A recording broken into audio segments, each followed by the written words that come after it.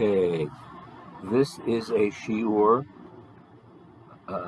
dealing with Nedarim Chavzayin Amud Aleph Amud Beit. It's related to the issue of Asmechtã, and this sugya is related to a previous sugya that we studied, Bava Matzia Samach Vav Amud Aleph Amud Beit. So I'm first going to read through the sugya, a few notes about language along the way, and then we will go back and do a deeper dive.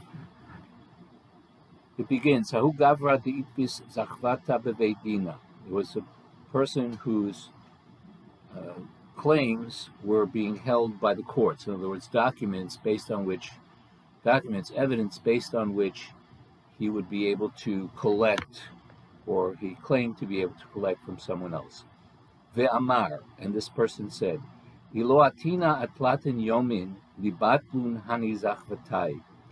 If I don't return here within 30 days, or by day 30, let my claims be null and void. The Ran suggests the background for what's going on here. The Ran, this is on page 6 of the sources, says, Hai gavra bikesh mi beitin sheyitnu lo zman. Someone's trying to make his case, and he needs time to collect further evidence. So he asked the Beit Din to give him some time to collect it.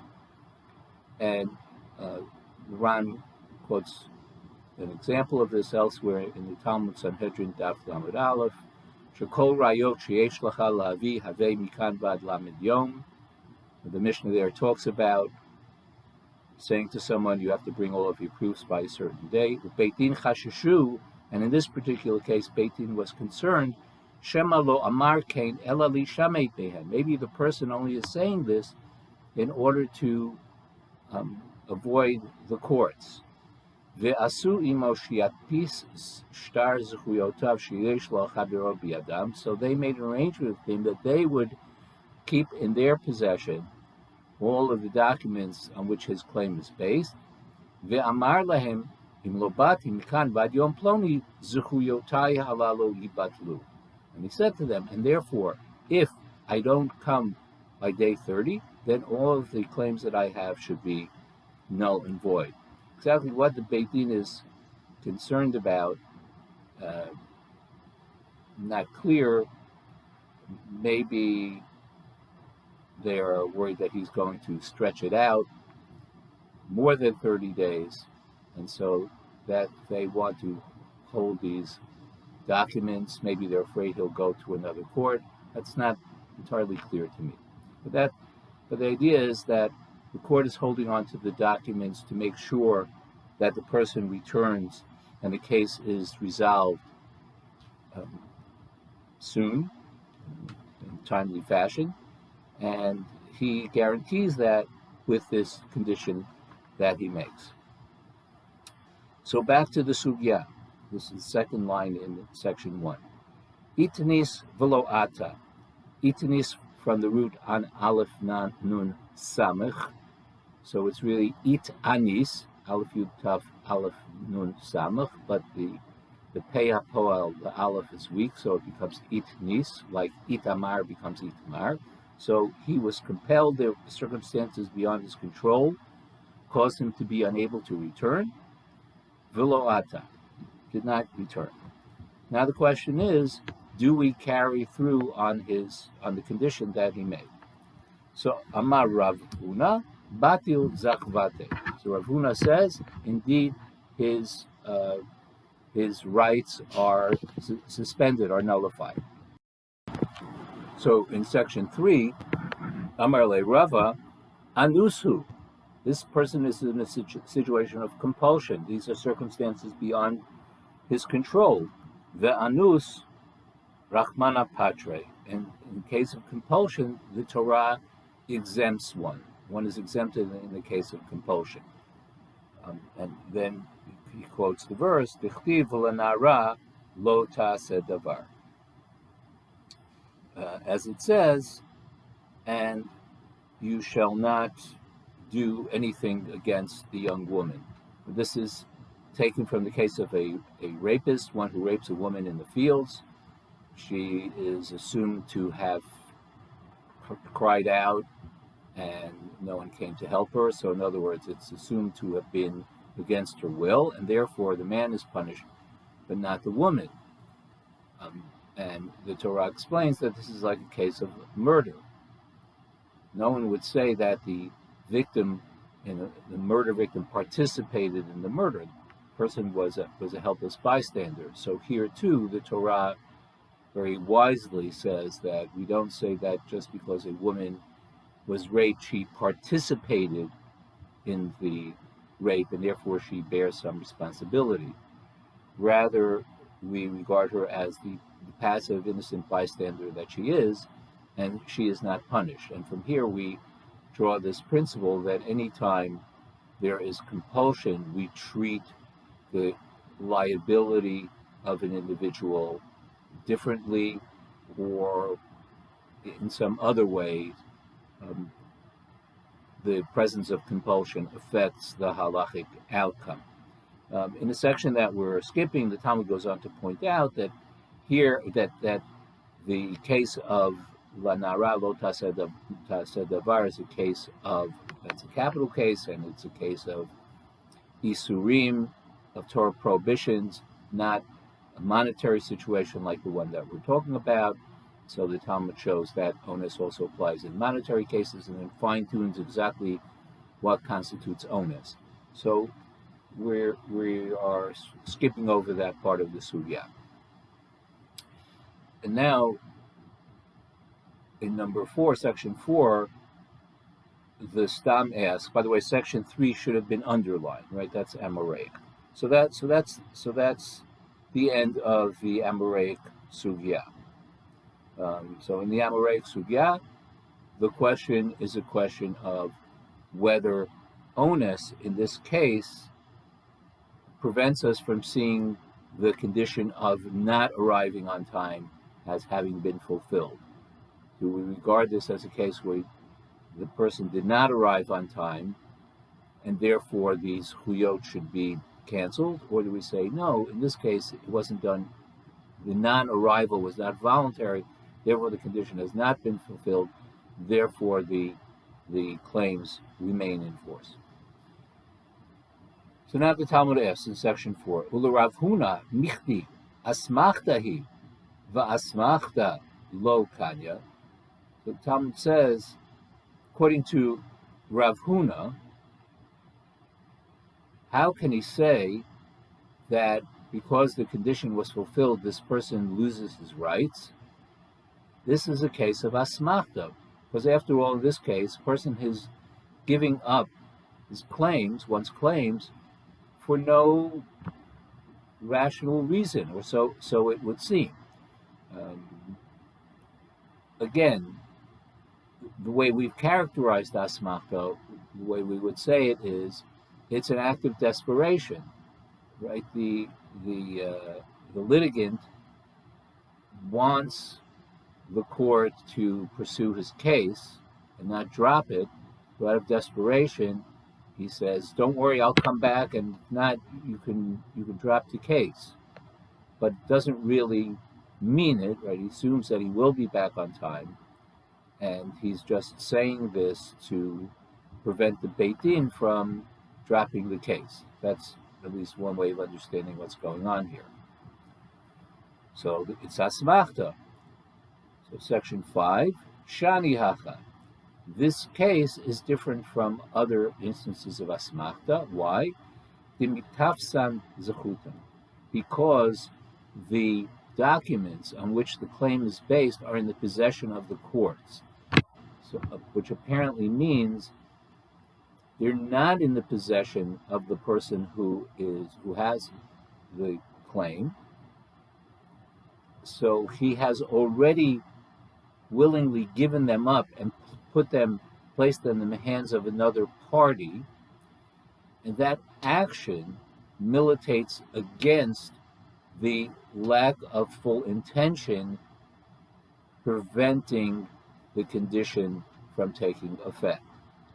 We've talked about, and we'll talk about it a little bit more later, the sense that asmechtã can be overturned by a definitive action. In the sugya in Bava Matzia, it was when there was a kinyan me'achshav. So a definitive action vitiates the power of the asmachta argument. So here too, you gave your documents to someone else, and that person is, in this case, the court, and you've let the court take possession of them. That act makes us see your willingness to have your claims nullified as being serious. In section 6, the Talmud says, but elsewhere that seems not to be the case. V'heicha demitavsin lav asmachtahi, in case when someone else is in possession of the crucial documents, in other words, when the party making the condition has given the documents over to someone else's possession, that's not a case of asmachta. Okay, this is what I like to call a sort of hinge statement. I've talked to you about hinge inferences. You can see that we don't technically need this particular phrase for the flow of the Gemara, because the difficulty that the sugya is going to raise, is evident from the Mishnah and the Amoraic comments on the Mishnah that are about to be presented.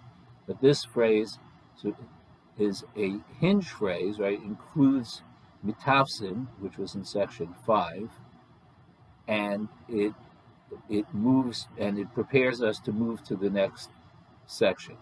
So again, section 6 begins. So where the documents are given over to the possession of someone else, that's not a case of asmachta. But behold, we have a Mishnah. And this is a Mishnah that we studied earlier in Bava Batra. Misha para miktzat chovo. Someone had an obligation to someone else, and the debtor paid part of the debt. V'hishlish et shtaro, and put his document in the hand of a third party, not the creditor, but a third party. Now, what is this document? Let's say that this document is a shovar. It's a receipt. It's a document that the creditor wrote and put in the hands of the debtor, saying you paid a third of the debt. Ve'amar, and said, Im ein ani noten lo mikan vad lamed yom. If I do not pay the remainder of the debt in 30 days, by day 30, Tein lo shtaro, then you can give this receipt, this shovar, to the creditor, meaning that I have no evidence now that I paid any of the debt, and now the creditor can come back to me and demand payment of the entire debt. So he made such a condition. Someone made such a condition. Now, higias man v'lo natan. The moment arrives, he did not pay the rest of the money. Rabbi Yossi Omer Yitain. Rabbi Yossi says that the creditor must pay the entire debt, so he's paying 1 1/3 of what he owed. Let's say if it was a third, but one. Okay. Rabbi Yehuda Omer Lo Yitain. Rabbi Yehuda says, no, you don't pay twice. You only pay the remainder. You only owe the remainder of the debt, not the part that you already paid. Ve'amar Rav Nachman Amar Rabba Baravua Amar Rav, and now we have Rav Nachman in the name of Rabba Baravua, in the name of Rav, saying in connection with that Mishnah, Ein halacha ke Rabbi Yossi. The halacha is not like Rabbi Yossi. The Amar Asmachta Kanya, who said Asmachta Kanya. So what is the question? The question is not what is the challenge? The challenge is not from the Mishnah itself. The challenge is from the ruling. Okay, the sugya there assumes that the machloket between Rabbi Yossi and Rabbi Yehuda is whether or not Asmachta Kanya. And even though, of course, that's post-Hanaitic term, based on the Tosefta that we saw, where Rabbi Yehuda says that in cases like this, how can you award money to someone that is not that person's money? It seems fair to associate this machloket with the question of asmachta. And we have an Amoraic ruling there that the halacha is not like Rabbi Yossi. In other words, the halacha is asmachta lo kanya. The language is a little tricky, don't get confused. The halacha is not like Rabbi Yossi, who says that asmachta kanya. So that means the halacha is asmachta lo kanya. Now, there are two difficulties here, one raised by the Rishonim and one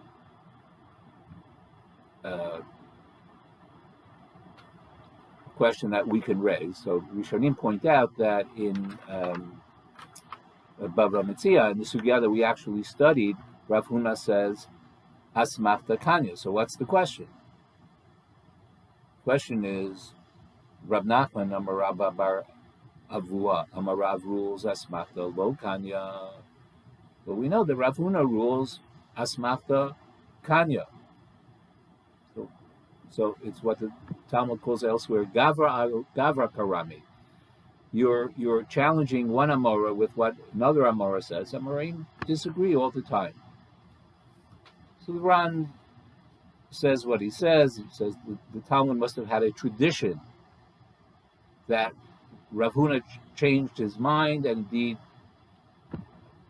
took the view that asmachta lo kanya, just as in the sugya in Bava Metzia, we see that Rav Nachman changes his mind and initially thinks asmachta kanya, and then he agrees asmachta lo kanya. Okay. Anyway, that's the question. So really, let's formulate the question as follows. Okay, if we rule like Rabbi Yehuda in the Mishnah in Baba Batra, then we have two cases that are in conflict with each other. The case in Nedarim, person A is making a claim on person B. He has documents to support one's case, gives the documents to the court, and they're now in the court's possession, says to the court, if I don't return in 30 days, I'm going off to find more evidence, whatever the story is, then the claims that are contained in those documents should be null and void, and this person over here is in the clear. That's the case in the Nedarim, the case in the Mishnah Bava Batra. We have a creditor, and a debtor and a creditor. The debtor owes the creditor money. He paid part of the debt. And when he paid part of the debt, he got a shovar, got a receipt indicating that part of the debt was paid. He gave that document to a third party, not a court, third party. He said to that third party, if I don't pay the rest of the debt by date X, then give that document to the creditor, who can now come with the original document that has the full amount and collect the whole debt from me. So that means that the creditor will be collecting more than what was actually owed by the debtor.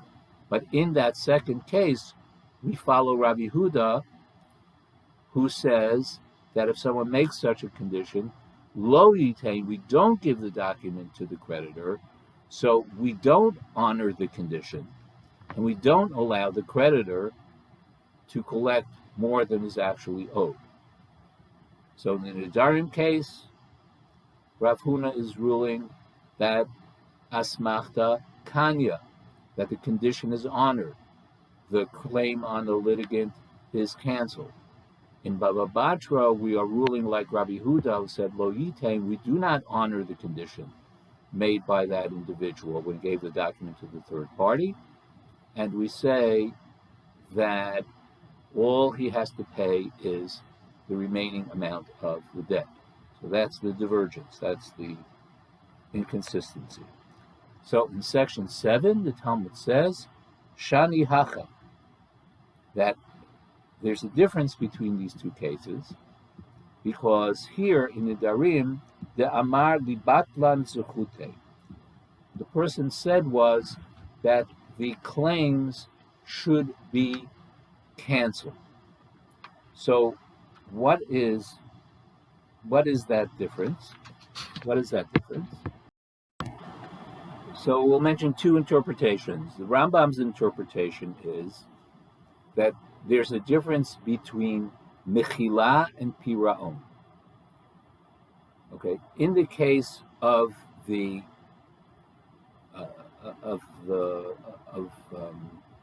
Bava Batra, the consequence of the condition will be that the debtor, will have to pay money to the creditor. Something will have to, and there are two ways of saying this. First of all, at the moment the condition is fulfilled, it means something will have to happen. That has not happened yet. Money will have to leave my possession, me being the debtor, and go to the hands of the creditor. So something hasn't happened and it will have to happen, and it involves changing the status quo, money moving from one party to the other. In this case, in Nedarim, the moment the condition is fulfilled, the person did not return, then the debt has been canceled. So that happens immediately, A. And B, what happens is that nothing happens, that the status quo continues, that the person against whom he made a claim doesn't have to pay anything.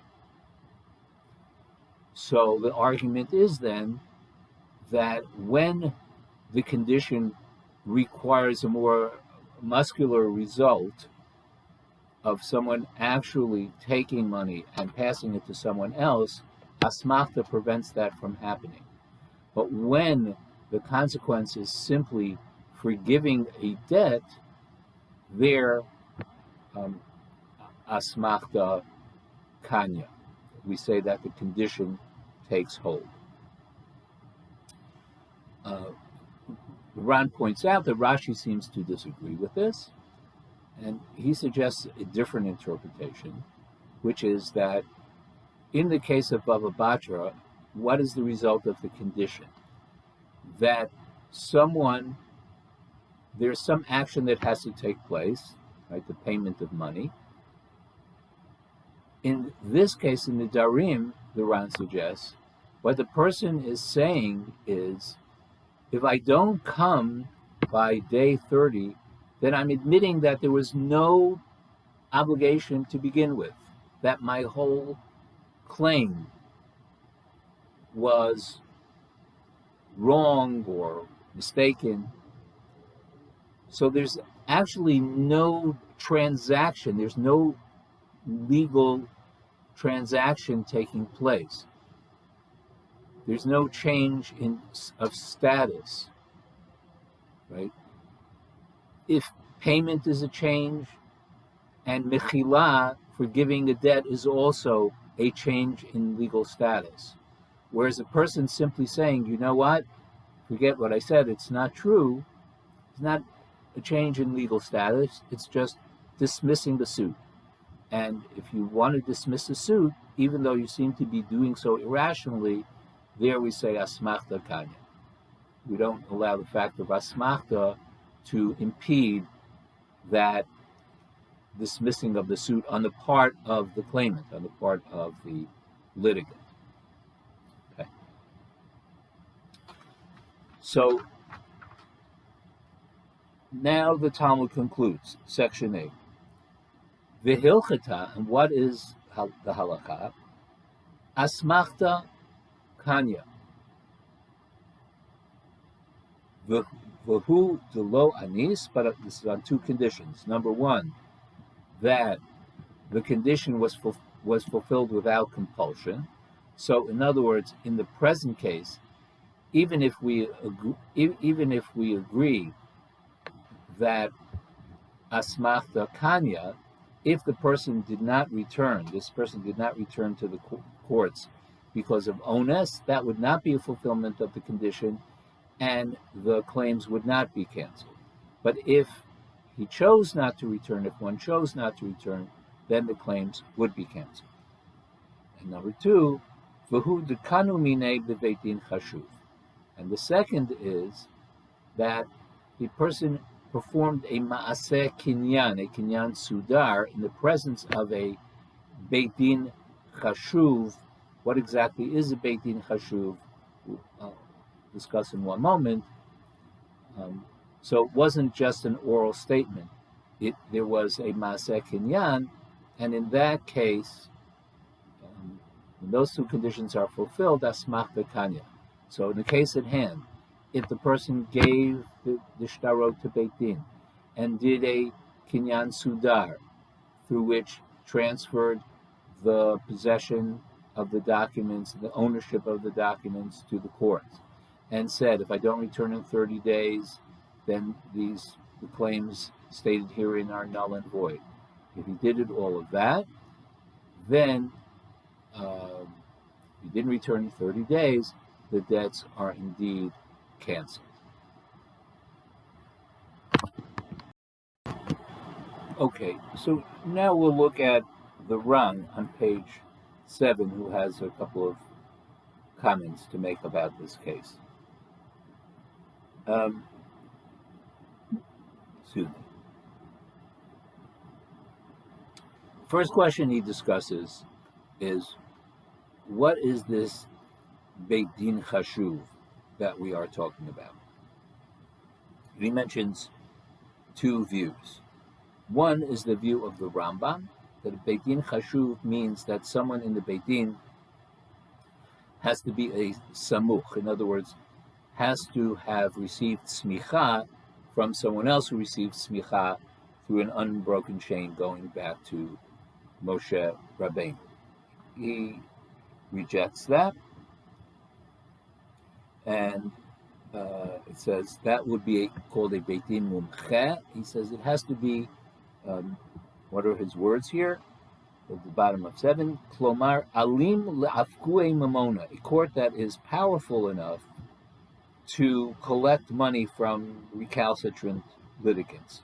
Kagon Beidina de Rav Ami V'Rav, like the court of Rav Ami Rav, and he's alluding to a sugya in Gitin, Lamed Vav Amud Beit, that mentions that court as being a particularly respected court and one having great authority. Okay. Now we come to a major question, and this, having studied Bava Metzia Samech Vav, you can appreciate this question. It says, Vikshu Harishonim Zal. Beit Din Chashuv Lamali. Why do we need a Beit Din Chashuv? The Amar bePerak Ezu Neshach, we learn in Bava Metzia, Daf Samech Vav. The Kol Heicha de Amar Me'achshav Leka Mishum Asmachta. Whenever you say the kinyan should take place from now, that is no longer a case of asmachta. The kinyan sudar, and when you are performing a kinyan sudar with the court, as is being required in the present case, kimeach shafu. That must be a case of achshav, that you're saying when you're making this kinyan with the court, you must mean that if I don't come back in 30 days through this kinyan sudar, my cancellation of my claims is retroactively from this moment. Why must that be? So the Ran explains it to us. Di'i me'achshav lo kani.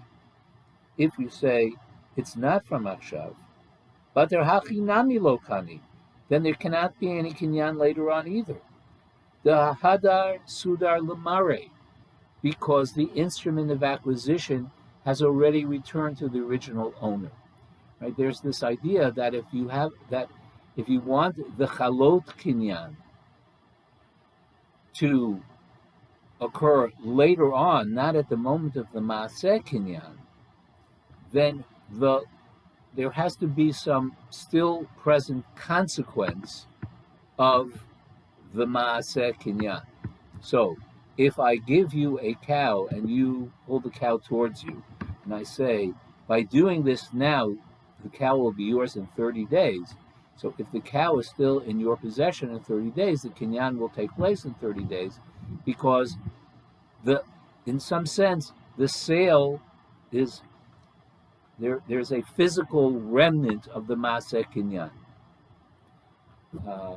But here, if I was given a sudar, I being the creditor, and then it went back to the Beit Din or the other way around, doesn't matter, and then 30 days comes, there's no physical remnant of the Maaseh Kinyan itself.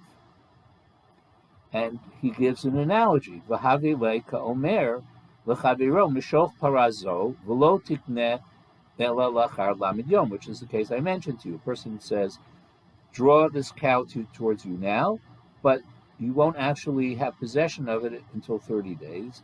We say lo kana, that you do not acquire the cow, kol heicha, in any case, de lo kaima b'chatzero, where the cow is not in that person's physical possession on day 30, if it's somewhere else. Elahecha de amar le me'achshav, unless you said me'achshav. So in the case of selling the cow, you either have to say me'achshav, or the cow has to be in your possession at the later moment when the kinyan is supposed to take effect. Otherwise, it doesn't. Okay. So, v'chivan dechol kinyan, and therefore, since every kinyan means every kinyan sudar, al korchein, willy-nilly, as Rav Soloveitchik used to say, whether we like it or not, against our will, ki me'achshavhu must mean a kinyan me'achshav, u'me'achshav sage levitule asmechtã, and we learned in Bava Metzia that me'achshav is enough to negate the pernicious, undermining powers of asmechtã. Beit Din chashuv lamali. Should say lama, not lami. Beit Din chashuv lamali. Why do we need a Beit Din chashuv?